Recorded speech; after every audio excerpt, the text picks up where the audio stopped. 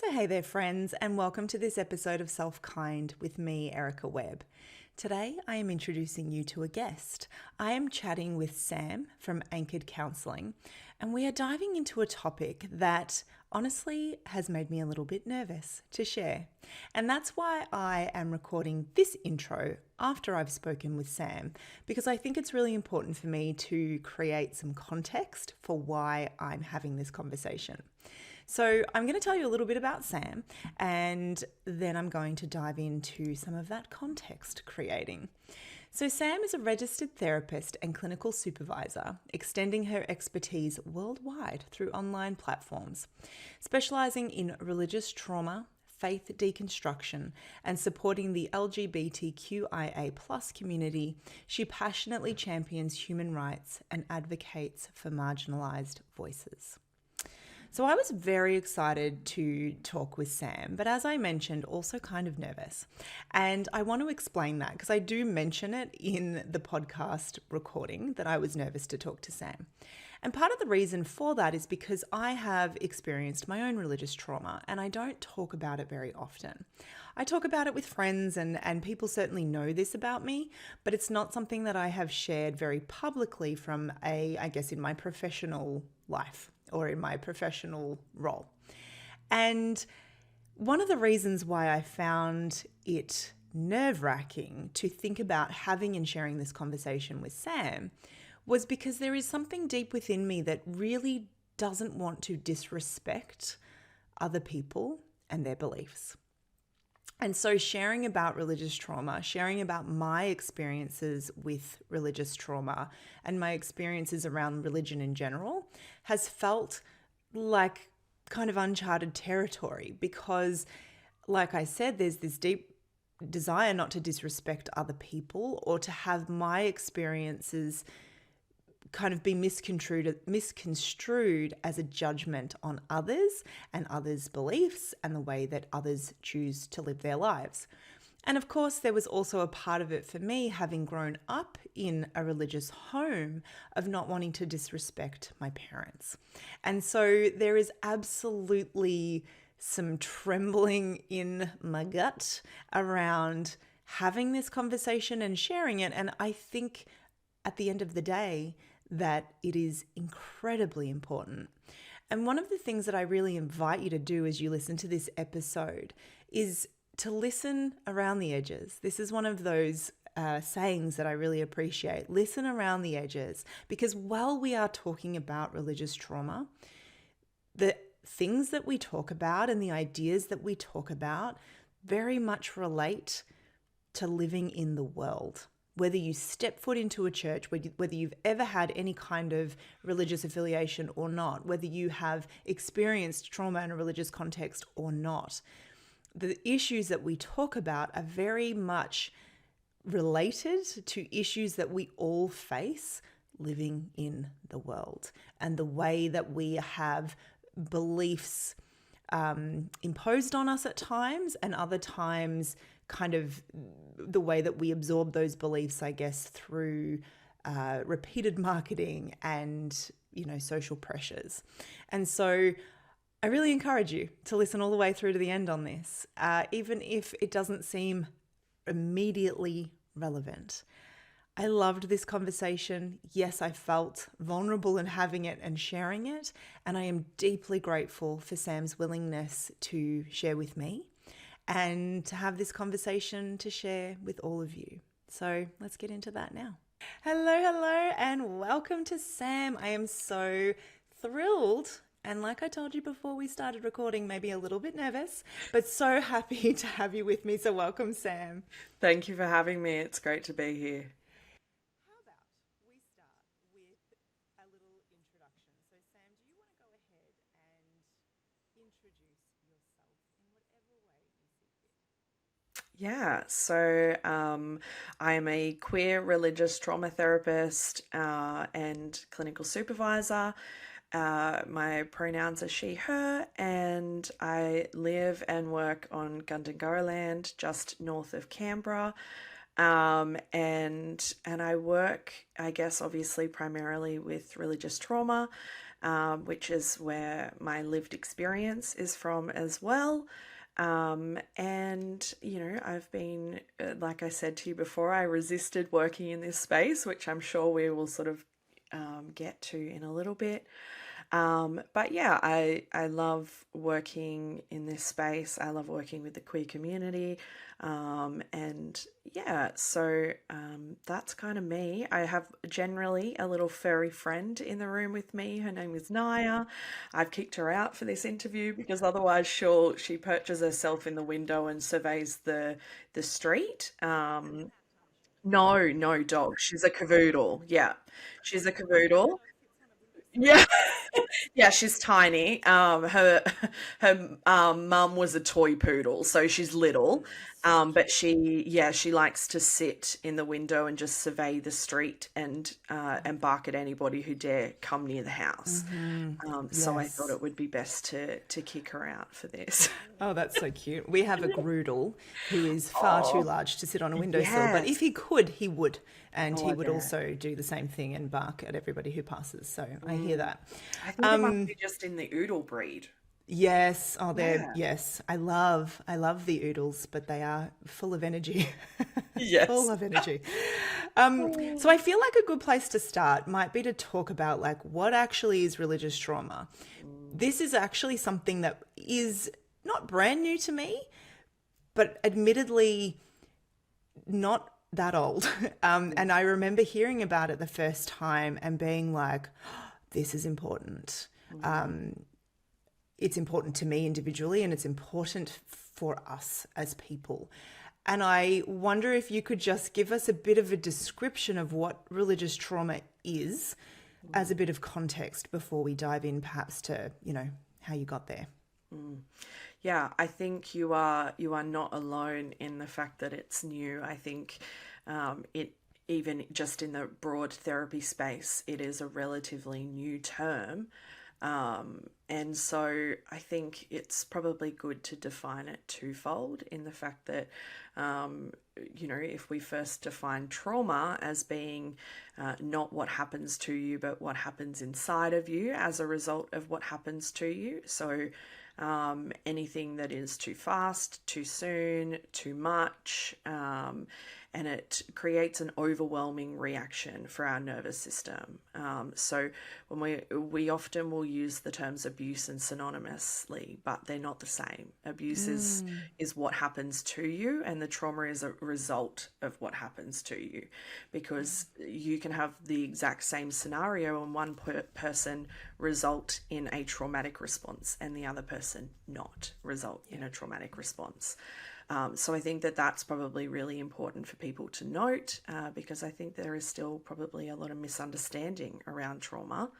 And so if we use that, essentially it is anything that would be religiously connotated in terms of beliefs, practices, doctrines, anything that might happen in a religious community or cult, that results in a physical, social, psychological, mental, spiritual,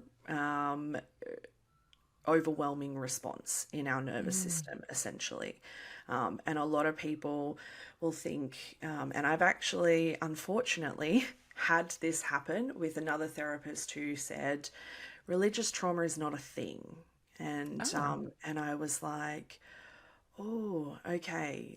And that, gave me, I guess, the biggest indication that there is still a whole bunch more learning that needs to happen around this.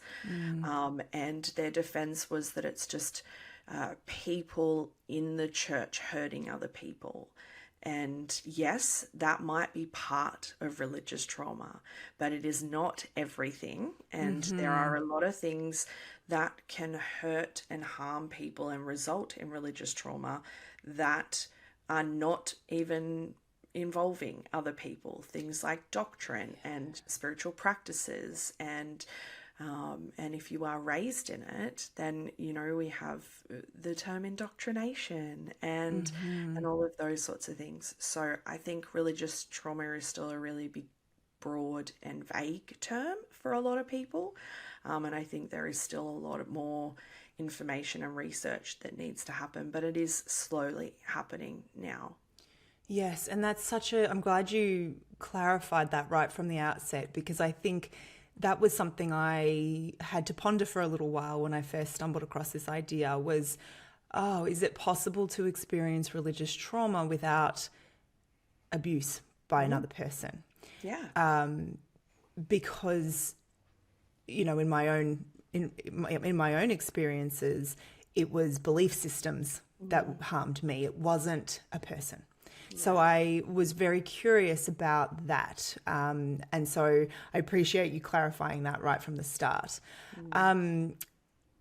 Do you want to, I know you've shared your story very openly, so I'm assuming that you're comfortable, but I don't want to assume.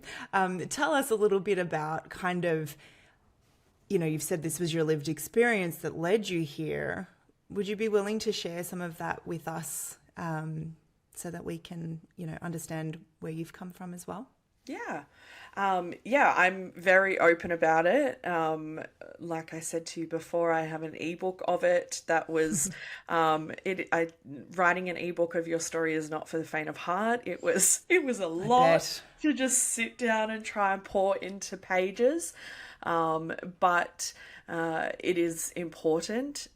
So I guess the first thing to note would be that I was not raised in a religious home, which a lot of people tend to be surprised about, because I think most people who experience religious trauma have had some form of indoctrination during childhood. I did not. My first real experience was during, a a religious education class in public primary school, where it was, it was not anything about, Jesus loves you or God loves you. It was essentially a very like hellfire and brimstone sort of talk. But it never really impacted me. I just remember walking away from that class going, like, why is she so angry? Like, she's just so angry. Like, surely she's got something to be happy about in life. And then I did a few years at a Catholic school, where, that was probably my first real experience of religion. And it was an intense experience. We had prayer 3-4 times a day. We had mass once a week. We had religious studies 2 or 3 times a week. And it was very evident to me that I was not like the others in terms of my faith. I was not from a Catholic family. That is very it's highlighted when you are in a Catholic school, because at Mass you are not allowed to take communion. You just have to walk up and receive a blessing. So you are almost singled out as not being like the rest. And so that is, I guess, a running theme in my story, is sort of feeling very separate to the rest of the world. But eventually I landed at a very different church. It was a Christian Brethren church, super duper conservative, a family church. And when I say a family church, I mean like literally 80% of the church were related to one another Oh, wow. in some way, by marriage or by blood. And so again, I was very much part of the minority in that I was not related to these people. And most of the time you could probably walk into that church and realize who was and who was not related just by the way that they connected around the room.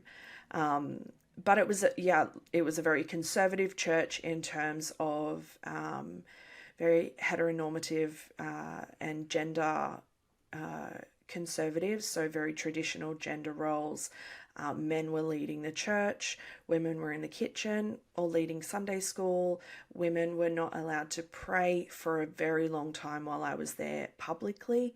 And if you were to speak up the front, it was purely for informational purposes. Essentially, you were, letting them know about an event that was happening or something like that.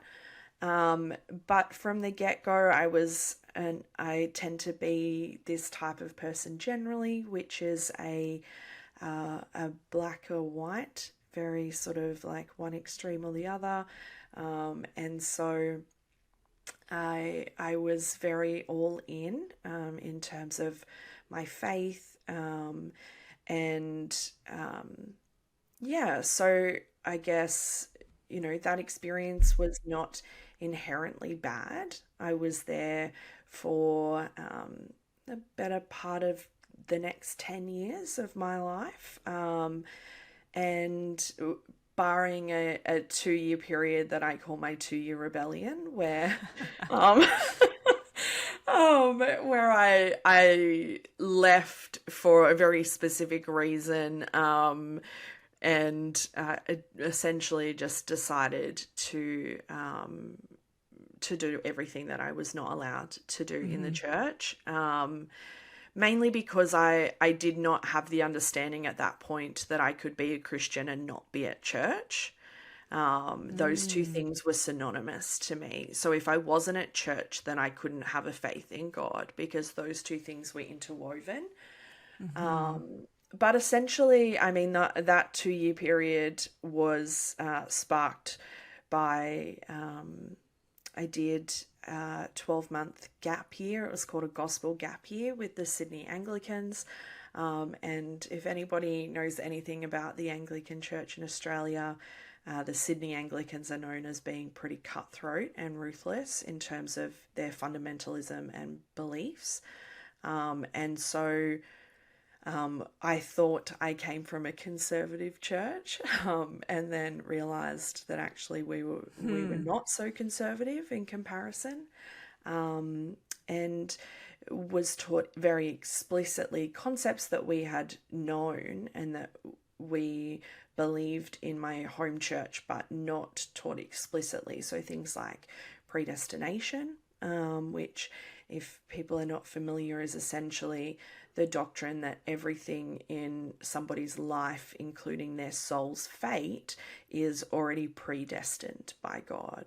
And so I remember thinking, well, what's the fucking point? Like, what is the point? Like, if everything is already predestined, then why pray?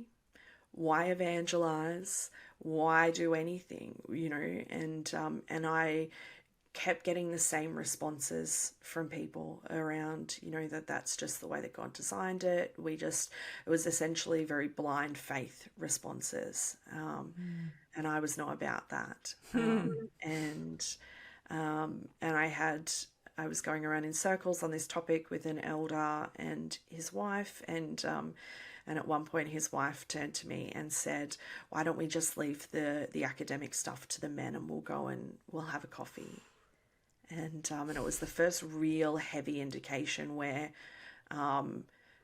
being a woman and critical thinking were mutually exclusive. And I was like, yeah, I'm not about that. Like, just because I was assigned female at birth doesn't mean that I don't have a brain and that I don't get to use it. So you were aware of that in that moment, that like, Yeah. oh, I'm not with you here. Yeah. Yeah. Okay. And so I left very abruptly for a couple of years, and that was probably the first time that and I say this colloquially, and that I embraced my sexuality, even though it was not real embracing. It was just, I know that this is going to piss people off, and I know that it's going to hurt people. And I was angry. And I don't necessarily, I talk about that 2 years quite lightly. But I was angry, and I was selfish, and I was out to hurt people, and I did hurt people, regrettably. And then, but it was the first time that I had ever let my sexuality come to the surface. Prior to that, it was always suppressed, and I always took for granted that I was attracted to both men and women. And I was like, well, great, I'll just suppress this part of me, and I will wait for God to provide me with a godly man who will essentially make that part of me go away. And so that's what I prayed for. And so at the end of that 2 years, I essentially landed back in the church because I had a friend be killed in a motorcycle accident. And he was actually part of my gospel gap year, and he was one of the good ones I described. There was a lot of people in that year that would not fall into that category, but he was genuinely a really good human, and I just remember thinking, are you kidding me? Like, of all the people, like, why him? But it essentially, it made me think about those eternal big questions again about, where he was and where I would be going. And so I went back to church, and I landed in a place where I was basically all in again within a few months. And I look back at that now, and I very much see that that the church utilized my keenness for ministry and used that to their advantage. But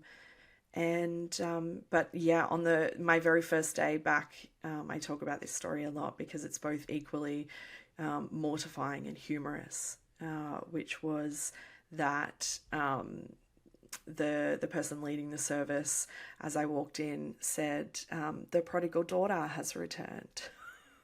And if people don't know the story of the prodigal son in the Bible, essentially it is just, this man squanders, or this boy squanders his wealth, leaves his family behind, and essentially comes back begging for forgiveness, that they have, done the wrong thing, essentially. And so it was just this giant we told you so moment. We knew you would be Slap back. in the face. Yeah, essentially. And I remember being equally mortified and so awkward, where that moment where you just awkwardly laugh because you don't know what else to do.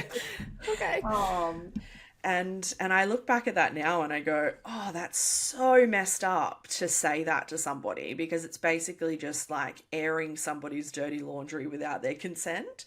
But yeah, within a few months, I was back leading worship, teaching Sunday school, leading youth group, leading youth Bible studies, mentoring most of the young women in the youth group. And it was an all in again, suppressing who I was yet again. And then I found my now wife a few years into that. And that's essentially where shit hit the fan. Because that doesn't go down well in a very biblical, literal church. Yeah, so I did what I thought was the right thing, which was to tell my elders about the relationship, fully expecting them to tell me that I couldn't serve ministry-wise. But what I was met with was just the most extreme amount of judgment and lack of empathy that I don't even know that I would have ever been able to picture that. And essentially was given the choice that if I was more than welcome to attend church, but that I would need to have weekly mentoring sessions with an elder or somebody of the elders choosing, to discuss biblical living and biblical relationships. And so essentially we can't kick you out, but we'll make it really, really hard for you to stay, and basically try to use that as an opportunity to turn your thoughts and your relationship around to something that they deemed as biblical. And so I left yet again. I say that I left by choice, but it's not really a choice when you're presented with that option. yeah, I tried really hard for a long time to stay a hold, like keep a hold of my faith, and I did for a while. And my now wife and I tried to find a church where we would be able to feel safe and welcome and affirmed. And we kept hitting brick wall against brick wall because that is very, very rare. We used to get sisters, and as soon as we said we weren't sisters, you could see the tone of the conversation and their faces just change Yeah. completely. Yeah. Yeah. Um, but yeah, I mean, interwoven into all of that is a bunch of like really messed up doctrines around queer people and their identity, and the concept of original sin really like messed with my Yeah. brain, and a whole bunch of grief in the fact that I had people who were like my family essentially turn their back on me and abandon me. And people tell me that they could not attend our wedding and things like that because they thought that it was a sinful choice. Yeah, and so there are a lot of other little things in there that to get into would require probably more detail. But that's, I guess, a bit of a broad overview of what happened. Yeah, thank you for sharing that. I think it's interesting.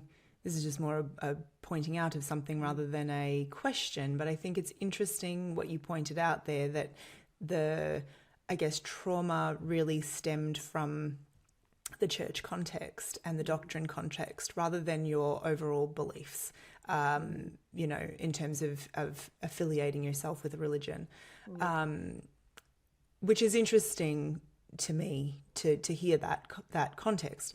What I'm curious to know is you kind of mentioned how much you had to suppress yourself in order to be there, until that was no longer possible because you met your now wife and you were like, I'm not willing to suppress this part of me anymore. Was it, I want to say just, but I don't mean that in a dismissive way. Was it only your sexuality that you had to kind of minimize, or were there other parts of you that you had to kind of cloak or change or hide in order to be there? Yeah, I think it was probably a mixture of my sexuality and just anything that would not have fit there. I use the term cookie cutter mold because essentially they just, as long as you fit what they deemed as an appropriate type of person, then you were good to go. And anything that fell outside of that, I mean, I never quite, I would never have described myself as the good Christian girl. I was not that person. I might have still been all in, but I was all in with a brain. And having a brain in that church as a woman did not always go hand in hand. So I asked a lot of questions, and at times those questions were deemed the wrong questions to ask because they, were the slippery slope to the pits of hell and things like that. So, and Yeah. yeah, so I think just my innate, I am quite a stubborn, self-determined. I like to. I have always had a heart and a compassion for people, and particularly people who are on the outer of society, and that doesn't always go down well, ironically, in a church. Yeah. And And so, that's the right word. The irony there yeah. is very big. Yeah, Yes. absolutely. I also just wanted to see, I just wanted to see the church grow, which you would think is a really good thing. But it was not in the way that they wanted. And so, I would be suggesting certain things, even just something down to as simple as a piece of music, but it was wrong. But if one of the male team members in the worship team suggested it, then maybe it would be considered. And so I think I almost just had to suppress not just my queerness, but my womanhood and my ability to think critically about the world. And I mean, there has always been a natural inclination for me towards anything inherently, I guess, spiritual, in terms of crystals, oracle cards, intuition, all of that sort of thing that also had to be suppressed. Yeah, I was going to say that wouldn't have gone down very well. No. I'm curious to ask you, you mentioned at the beginning when you defined religious trauma, that there is the kind of what happens to you, but then the trauma is really what happens on the inside. So what was the reckoning that kind of had to happen after? What was it that you battled with internally that led you to go, oh, there's a trauma here in terms of these things happened to me, but now I'm noticing that I'm not okay after you've left? Like, what was that experience like? I would not have used the term religious trauma until my therapist did. Yeah, okay. And I battled with him for months and months that it was not trauma, because I think even I, as a therapist, did not want to address that. I didn't want to see it as trauma because I was not, abused in the way that most people would see trauma.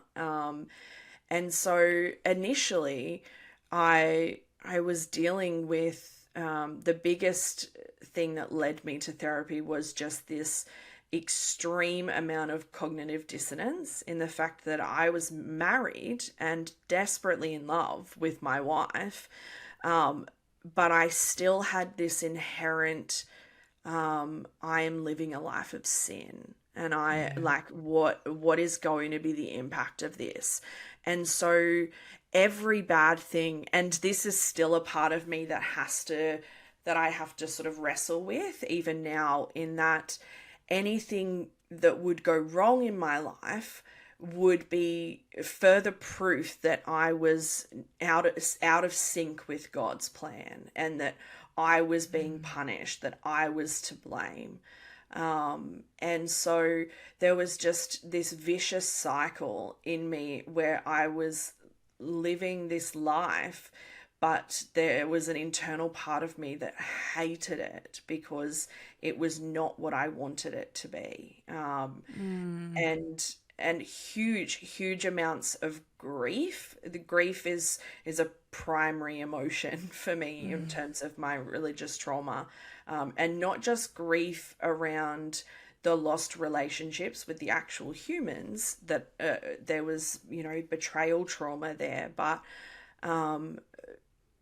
the grief around the loss of the God that I served, and the loss of relationship with Him, and the loss of the life that I had envisioned and prayed for my whole entire life, which if anybody read any of my journals from back then, they would see this very specific image that I wanted. And the easiest way for me to describe that is, do you know the TV show Seventh Heaven? Yes. Yeah, that's what I wanted. Yeah. I wanted to be the pastor's wife. I wanted the 6, 7 kids. I wanted to live on the same street as the church and to be in full-time ministry. I wanted to be that person. And I look back at that now, and anybody that knows me now knows that was never going to happen, because me being a very stubborn, Taurus Enneagram 4, there was no Oh, I way am too. I'm a yeah, four as well. Yeah. there is no way I was being a submissive wife. It was never going to happen. And Do you I mean, have, sorry. I was just going to say, do you have a sense of where that image came from for you then? Yeah, I think, I mean, marriage in general was put on a pedestal, and full-time ministry was, and I still maintain that part of my calling would have been had I married a man, full-time ministry would have been where I landed. And that's actually okay with me, because I think what was at the heart of that was just that I really cared for people, and I just really, and I still do that. I just don't do it in the church. And Yeah. so I think my calling, or my life's purpose, has remained the same. It just is in a different setting. Is religion still part of your life? No. No. No. Yeah, I got that sense, but I wanted to be Yeah. explicit. It's interesting, and my experience is very different in the sense that I was raised in that environment, and so I never chose. And so when I had the opportunity to choose, I chose to move away. Yeah. And but that guilt that you describe is something that to this day I struggle with, because, and I've described it to my therapist as this feeling of constantly being watched and judged by something, but it's not a face, it's not a person, it's a something. And that feeling of constantly being like, am I measuring up? Am I doing it right? Even though I don't even subscribe to those beliefs. So I really hear you on that guilt piece. And I don't know if people listening, if you've never experienced that, it's so hard to describe, and it's so hard to articulate the depth of the pain that causes. Yeah. So I see you in that, and I empathize deeply, because that's hard. And to have felt like you had to suppress parts of you that are so important, so important, and make you who you are, like that, it breaks my heart. It really does. So thank you so much for sharing that. You almost look like you want to say something, then I don't want to cut you off. Oh no, that's okay. I don't even remember. It's fine. Great. Excellent. One of the things that we talked about sort of in the emails as we were sort of kind of planning to chat together today was this idea of learning to trust yourself. And I think this is a really good segue into that, because, this is the Self-Kind podcast.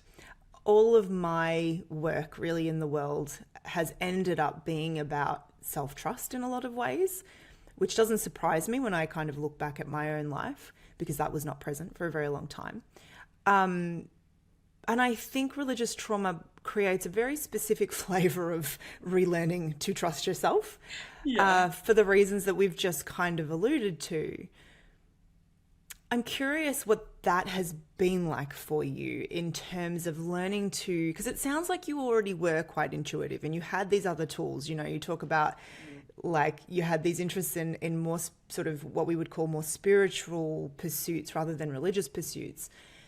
How have you come back to trusting yourself, or learning to trust yourself, and kind of listening to your intuition and doing that in the presence of, or recovery from, the guilt that you spoke about, and that feeling of like trying to check, am I measuring up?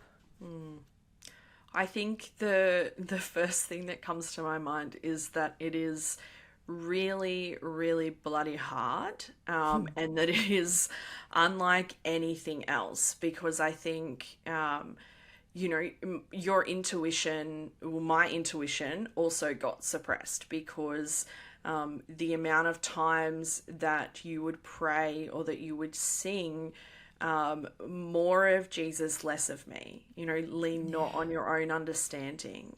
And so you were not taught to trust your intuition. And so whilst I had that already, it was innately in me before I went to church. And, it's probably part of what even led me there was because I think for a really long time my intuition and the voice of God got interwoven. And so what I thought was the voice of God was actually probably just my own gut instinct and my own intuition.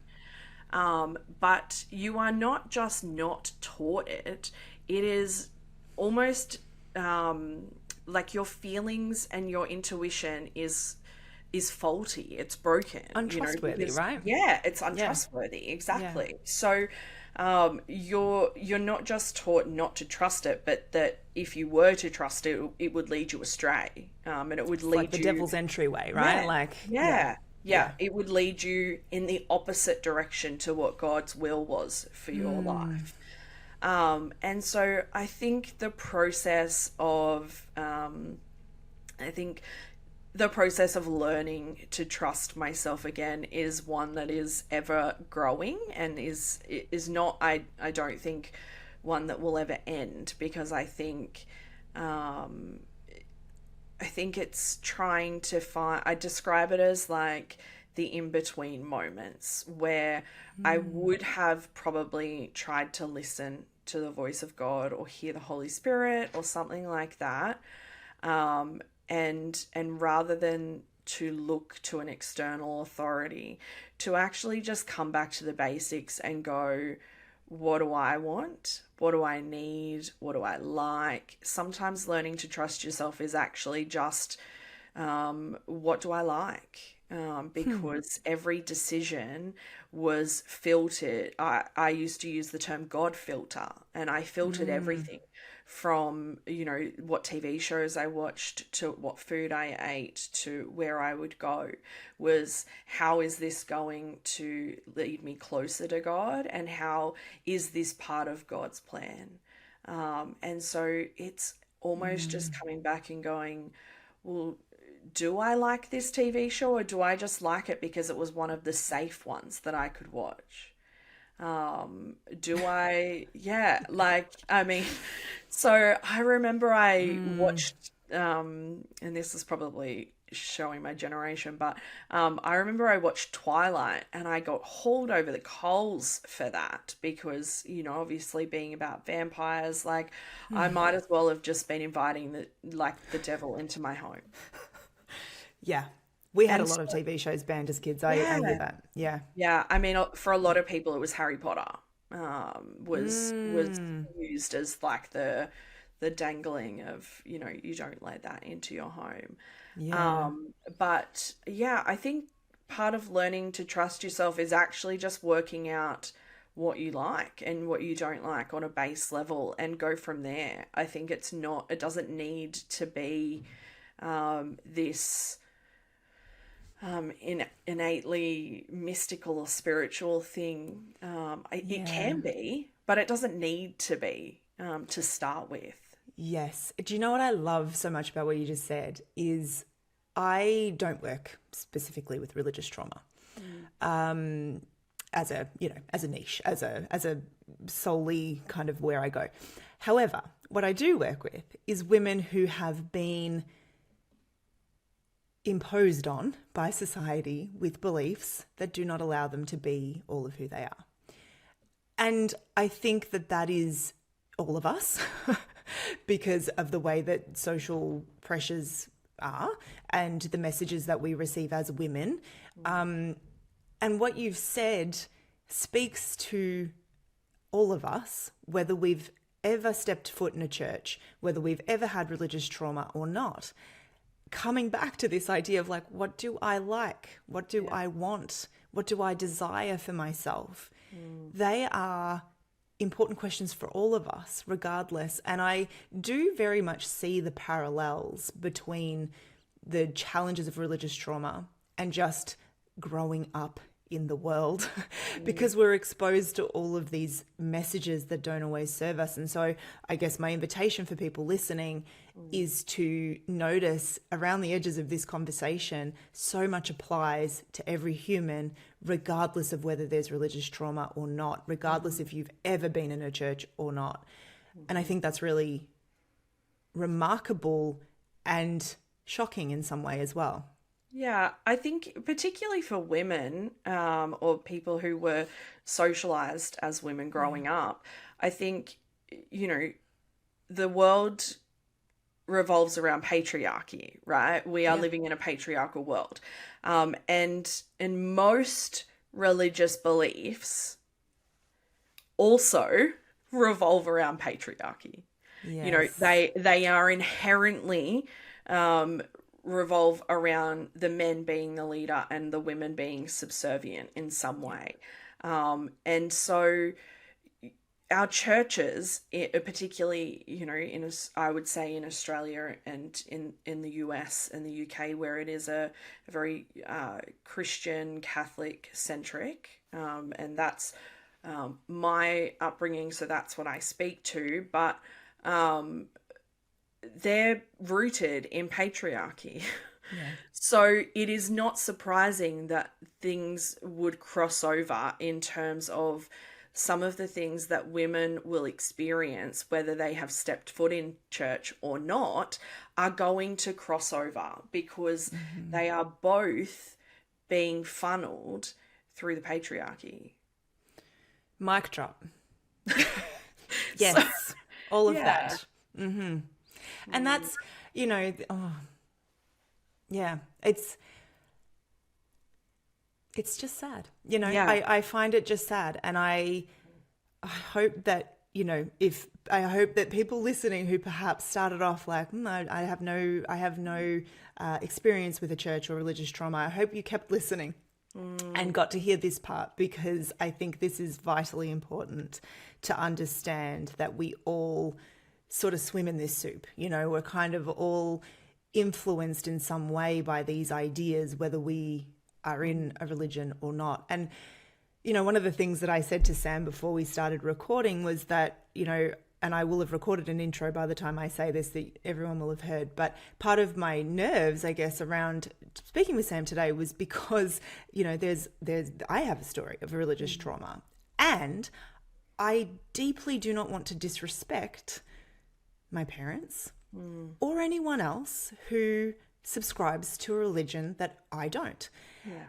And I want to kind of just echo that again, because what I'm really struck by in your telling of this story is actually how respectful it is at the same time as being Mm, pointed. It's like this is not right, and yet there is mm, also a recognition of there was some, you got something from being there at the mm, time. There was a connection and a welcoming that was available to you on some level mm, until, while you were willing to keep parts of yourself hidden.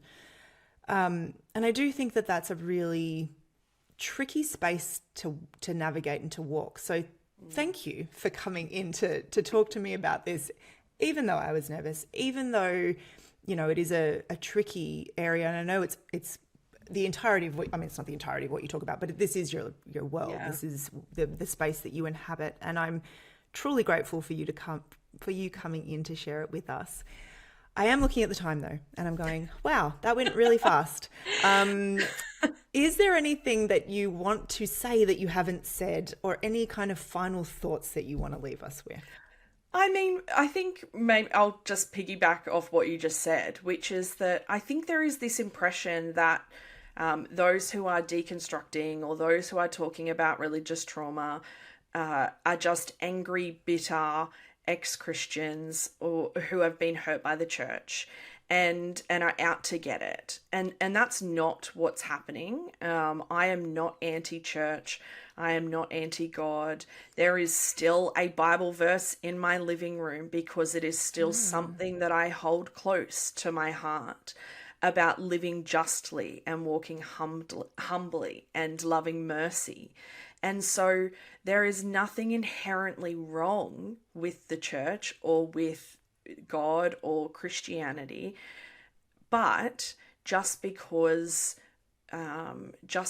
I have been hurt doesn't mean that I won't call out harm. So I write yeah. this in my ebook, which is that it's important for me to note that I don't hate the people that I went to church with. If I did, it wouldn't hurt so much. Yeah. So the grief is there because I loved them and I respected them. And and but just because of that, just because I don't hate them doesn't mean that I won't sit by and not call out injustice and not call out harm and abuse where it is happening. And so I will often say, I'm not anti-church, but I am anti-harm. And unfortunately, what we see is that those two things are often really synonymous for a lot of people. And church as a system is really harmful. The people in the church are not always inherently harmful, but they can be because the system is inherently broken and the system is built on exclusion. And so it's really easy for people to think that we are just angry, bitter people. And there are some people who are that, and deservedly so, because they've been hurt. But what it is about is not piling on shit onto the church, but it is about calling out harm, regardless of the system, whether it be the health system or the church system or the education system. It's just calling out harm within a system, and that system just happens to be a church. Yeah. And again, listen around the edges and extrapolate that out to all the systems, right? It's well, what a poignant note to finish on. And really, I'm going to think about this for a really long time. I'm going to be thinking about this conversation for a long time. So thank you, Sam, so much for joining me, for sharing so openly. How can people find you? I know you've got not one, but 2 podcasts. I don't recommend that. I don't recommend doing 2 podcasts. No, not 2. One is a lot, so I admire that. But is there somewhere we can find you on socials, on the internet? I know you do therapy. Give us all the things. So I'm mainly, I'm on most socials, so Facebook, Instagram, TikTok, LinkedIn, all of the above. But I mainly live over on Instagram at Anchored Counselling Services. I have, like you said, 2 podcasts inside the therapy room, which is about just pulling back the veil on different types of therapy. And Beyond the Surface, which is my little baby in terms of sharing and amplifying other people's stories of religious trauma and deconstruction. So they can both be found on any of wherever you get your podcasts, basically. And I have my ebook, which is called A Shattered Sanctuary, From Fellowship to Freedom. And that is on my website as well, which is anchoredcounselling.com.au. Perfect. And I will put all of those links in the show notes, so they're super easy to find. Amazing. Thank you again, Sam. This has been an absolute pleasure, and hopefully we'll talk again. Thanks for having me.